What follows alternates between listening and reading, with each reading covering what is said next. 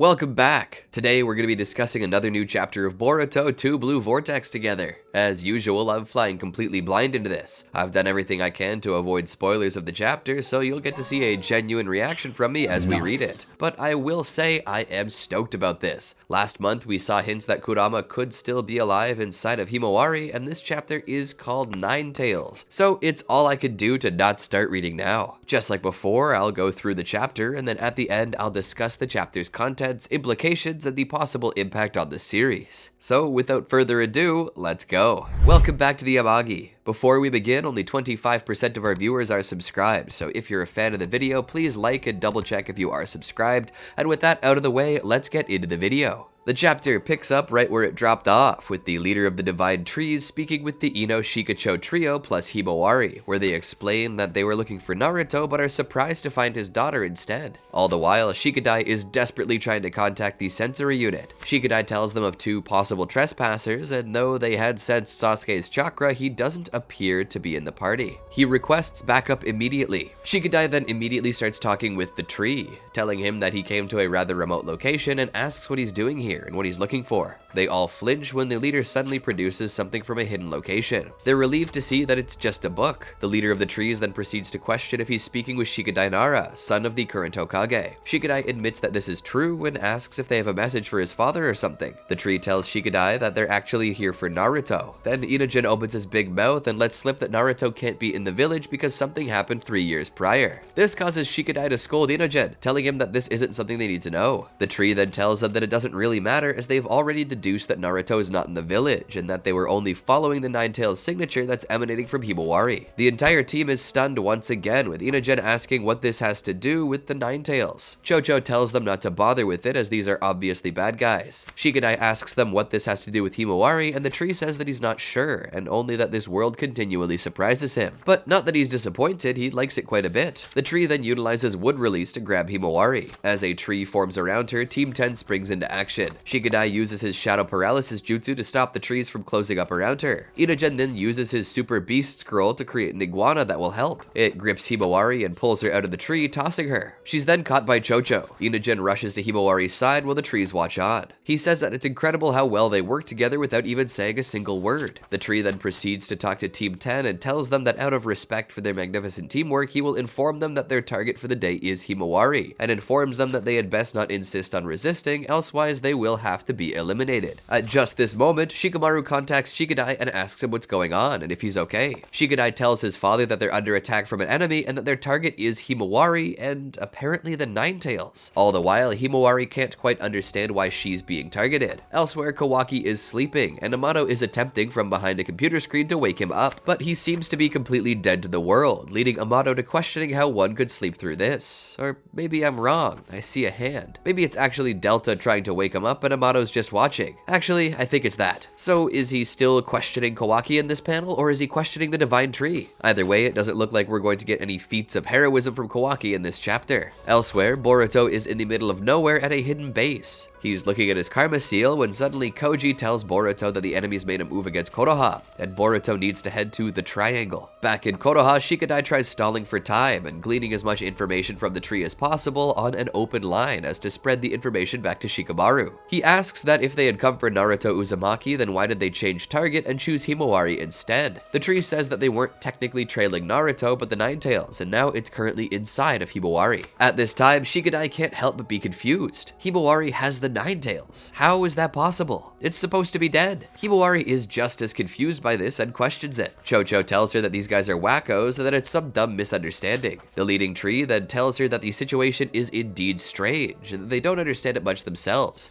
but they do wish to figure it out, and to do so, they're gonna need to eat her. Shikadai is confused by what they mean when they say they're going to devour her, and the tree simply reminds them that they've been warned of the consequences of resistance. He approaches them. It's from this that Shikamaru begins coordinating with the rest of his forces, telling them where to meet with Team 10. Suddenly, a second voice tells him not to turn around and tells him to link up with Ino. Boruto has entered the village. All the while, it shows a broken water tower and shows Kawaki just laying unconscious. Oh yeah, I forgot that happened. And here I thought he was just being a bad person by not caring about the situation and napping through the day, but no, he's been fed a massive knuckle sandwich and is still digesting. But finally he wakes up. Delta seems relieved and tells him not to worry her like that, saying that she could never tell Ada if he truly died. He tells her basically to shut up like a Jotaro Kujo ripoff and says that the damage is almost healed anyway. She says that just because his regeneration is nigh absolute doesn't mean he has the right to act so recklessly. Delta tells him to hurry up, they're in Sector D. Kawaki tells her to wait because he senses another uninvited guest. Boruto is standing there looking on. He witnesses the wood release and says that there's no mistake, it's gotta be them. The little toad then latches onto his collar and tells him that they are correct. It's just then that Shikamaru contacts Boruto and tells him that they're on another secure line just like before and that he's free to speak as he pleases. Boruto acknowledges. Shikamaru tells him that there are two intruders who appear to be the targets he's searching for. He tells them how they were attempting to find Naruto but instead have switched targets to Himawari. Boruto asks why they would do that and Shikamaru says that it has something to do with the Nine Tails, which leaves Boruto stunned. Just then Kawaki appears behind him and contacts the sensory unit, telling them that he's located Boruto right where the Jonin had been killed at the Great Gate. Boruto looks back at him. Kawaki then asks what he's doing skulking around the village and that if he's the one who brought these monsters in. Boruto tells Lord 8, or I guess more like Lord 7.5, that he's gonna need a second because Kawaki has shown up. Boruto then asks what Kawaki's doing loitering around when the village is under attack. Kawaki accuses Boruto of self-denial, telling him that he's the enemy of Konoha. Boruto tells him that some things have priority and that currently the thing with the highest priority is dealing with the trees, but that he's welcome to come with if he wants. Kawaki asks if Boruto is mocking him. He fires chakra rods from his Sakura Hikona that Boruto coolly dodges as if he were using Ultra Instinct, leaving Kawaki and Delta both surprised by his strength. He tries firing again at Boruto, only for Boruto to dodge to the side and then plant a punch right in Kawaki's stomach, having maneuvered around his opening. Kawaki is sent reeling, with Delta only able to comment "whoa" from this display. Boruto tells Kawaki that his attacks are pitiful and that it's obvious that he hasn't been doing any training. Delta asks just how much Boruto has trained. Kawaki then activates his Karma Seal as he stands. This causes Boruto's Karma Seal to spontaneously activate. The toad on his collar remarks that the two seals are resonating. He tells Boruto that he needs to leave now. If he doesn't put some space between himself and Kawaki, he'll lose control again. So Boruto rushes off into the air. Delta and Kawaki are very confused by this behavior, but Kawaki deduces that Boruto can't control his karma. Inojin starts ascending into the air using his Super Beast Scroll, carrying Himawari, as Shikadai attempts to hold the tree back with his Shadow Paralysis Jutsu. The tree looks back at Shikadai, who tells him that he might want to pay attention to him as he's the one he's fighting. The tree remarks that it shouldn't be too bad and launches a new attack at him. From his eye emerges a dark ball-shaped object. Just then, Chocho rushes the tree and smashes him with her enlarged fist, causing the tree to misfire. The dark ball seems to move down the street where it proceeds to basically go nuclear. Everyone is blown back by this attack, with Himawari and Inojin nearly losing control from the concussive blast. Himawari is startled by the power of this attack. Oh,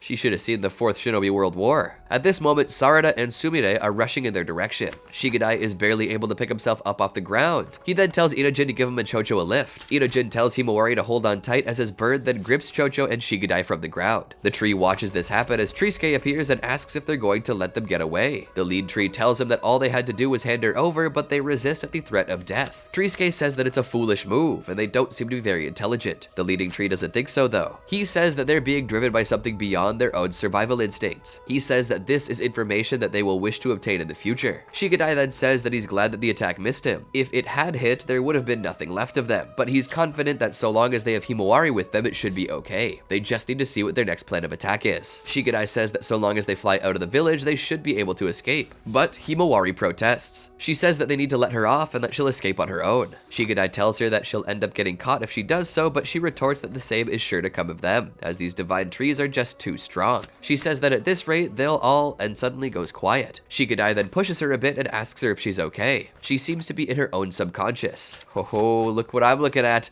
I see tails. And a voice that we would obviously recognize says, good grief. I can't believe that jerk 10 Tails would sniff me out. Himawari turns around and a very small and adorable Kurama is standing there, asking if she knows who he is. She simply responds, you're the Nine Tails, right? And that's the end of the chapter. For Pete's sake, Kishimoto-sensei, don't leave us on a cliffhanger. Man, 2 Blue Vortex has really been blowing me away with how good it is. Now, I will say, when I was watching through some of the Boruto anime, I was a little skeptical. I'll always favor the Naruto series over Boruto, but the manga really is done no justice. These recent chapters are getting really good. Anyway, let's just deal with the elephant in the room, or should I say the fox in the room. Kurama is officially back, or so it seems. Small and chibified, he certainly speaks like our our boy, but the question here is how did he return and why is he inside of Himawari and not Naruto? I mean, it's not hard to assume how he survived. A piece of him must have survived somehow, but why is he inside of Himawari in the first place? Did he know that he would do that? Was it intentional, or did she simply take some chakra unknowingly, like that time she completely utterly incapacitated her father and Kurama with a stuffy loss and rage jab to the solar plexus? I'll never get over that. This is why the Hyuga are so badass. But the question remains, is this even the Kurama we know at all? Remember, there were two of them, one inside of Minato and one inside of Naruto. And while Naruto's and Minato's Kuramas did merge, what's to say they didn't separate again? Is it possible that Kurama split his essence? Is that considered becoming a new being? It's a little confusing, but it's obvious that our boy got reduced to a level 1 slime over here. No more mountain leveling for him. How he survived is completely unknown to us as it stands. All we know is that whenever it happened, neither Naruto nor Himawari knew this, and that it had to have happened before the Ishiki battle. But a new question is posed to us now. Does Baryon mode truly kill a tailed beast, or does it just reset them to level 1? Is it possible that a tailed beast could survive such a thing? Maybe that'll be explained in the upcoming chapters. But this wasn't the only interesting thing that happened today. We witnessed a new Rinnegan technique. The leading tree utilized his to create an orb and fired it out at the village, resulting in a massive explosion. What was this technique? I have a few theories. The first is that this is a Truth Seeker orb. After all, the Rinnegan signifies the existence of Six Paths Chakra, and Six Paths Chakra should naturally produce Truth Seeker orbs. So was that what this is? Or was it something else? My second theory is that it could be a tailed beast ball, which does make sense. The way it was created appears to be that it drew power from outside sources in, which is how the formation of a tailed beast ball looks. But last I heard, that was formed in the mouth, not the eye. So was this one of those, or a new technique altogether? But beyond even that, we got to see a small square off between Kawaki and Boruto, and it was just sorta sad. Kawaki got trounced by Boruto without even so much as a sweat being broken. But we also have seen how the foreshadowed battle went, so that means that after this 3-year-old can of whoop-ass gets digested by Kawaki, he's going to take his training very seriously. He won't be the only one though. Despite Boruto being strong, the one thing he can't control yet is his karma seal, which Kawaki now knows. This chapter shows us that Momoshiki has yet to be resolved and will come into play at some point in the future, but he won't always be an issue. As we know during the foreshadowed battle, Boruto is using his seal like it's the most natural thing in the world. So I'm interested to see where things go from here. But I'm also interested to know what you think about this latest chapter. Did you like it? What was your favorite part? And tell me all your insights. Has there been a scene or a panel that I've missed where Naruto gives Himawari some of Kurama's chakra? Let me know in the comments and let me know what you think about everything. And don't forget to like, subscribe, and ring the bell. Before you go, check out these other videos. I'm sure you'll like them. Until next time, peace out.